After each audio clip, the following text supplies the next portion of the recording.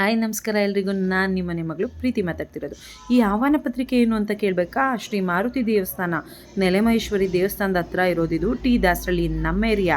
ಶ್ರೀ ಹನುಮ ಜಯಂತಿ ಆಹ್ವಾನ ಪತ್ರಿಕೆ ಇದು. ದಿನಾಂಕ 13/12 ಇವತ್ತು ಶುಕ್ರವಾರದಂದು ಹನುಮ ಜಯಂತಿ ಪ್ರಯುಕ್ತ ನಮ್ಮ ದೇವಸ್ಥಾನದಲ್ಲಿ ಏನೇನು ಪೂಜೆ ಮಾಡೋಕ್ಕೆ ಏರ್ಪಡಿಸ್ಕೊಂಡಿದ್ರು ಅಂದರೆ ಪಂಚಾಮೃತ ಅಭಿಷೇಕ, ಹನುಮ ಜಯಂತಿ ಹೋಮ, ಗಣಪತಿ ಹೋಮ, ನವಗ್ರಹ ಹೋಮ, ಮಹಾಸುದರ್ಶನ ಹೋಮ, ಪವನಾಮ ಹೋಮ, ಮೃತ್ಯುಂಜಯ ಹೋಮ, ಶಾಂತಿ ಹೋಮ ಪೂಜೆಗಳನ್ನ ನೆರವೇರಿಸಿದ್ರು.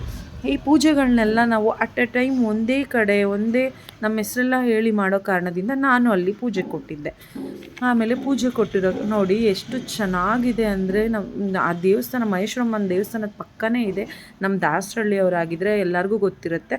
ನಿಯರ್ ಇಲ್ಲೇ ದಾಸರಳ್ಳಿ ಅಕ್ಕಪಕ್ಕ ಊರವರಾಗಿದ್ದರೆ ಬಂದು ಈ ದೇವಸ್ಥಾನಕ್ಕೆ ಶುಕ್ರವಾರ ಮಂಗಳವಾರ ಎಳ್ಬತ್ತಿ ಹಚ್ಚೋದಾಗಲಿ, ಇಲ್ಲಾಂದರೆ ವೀಳ್ಯದೆಲೆ ಹಾರ, ತುಳಸಿ ಹಾರ ಕೊಟ್ಟು ನಿಮ್ಮ ಏನಿದೆ ಬೇಡಿಕೆ ಅದನ್ನು ಫಲಿಸ್ಲಿ ಅಂತ ಭಕ್ತಿಯಿಂದ ಬೇಡ್ಕೊಳ್ಳಿ.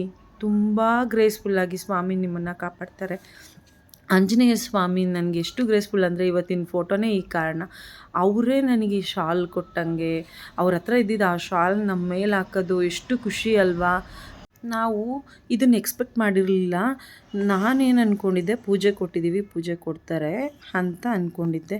ಬಟ್ ಆ ಶಾಲು ದೇವ್ರ ಹತ್ರ ಇದ್ದಿದ್ದು, ಒಂದು ಹೂವು ಕೊಡೋದ್ರೇ ಎಷ್ಟು ಖುಷಿ ಪಡ್ತೀವಿ, ಆ ದೇವ್ರ ಹತ್ರ ಇದ್ದಿದ್ದು ಶಾಲ್ ಕೊಟ್ಟರು. ನಂಗೆ ತುಂಬಾ ಖುಷಿ ಆಯಿತು.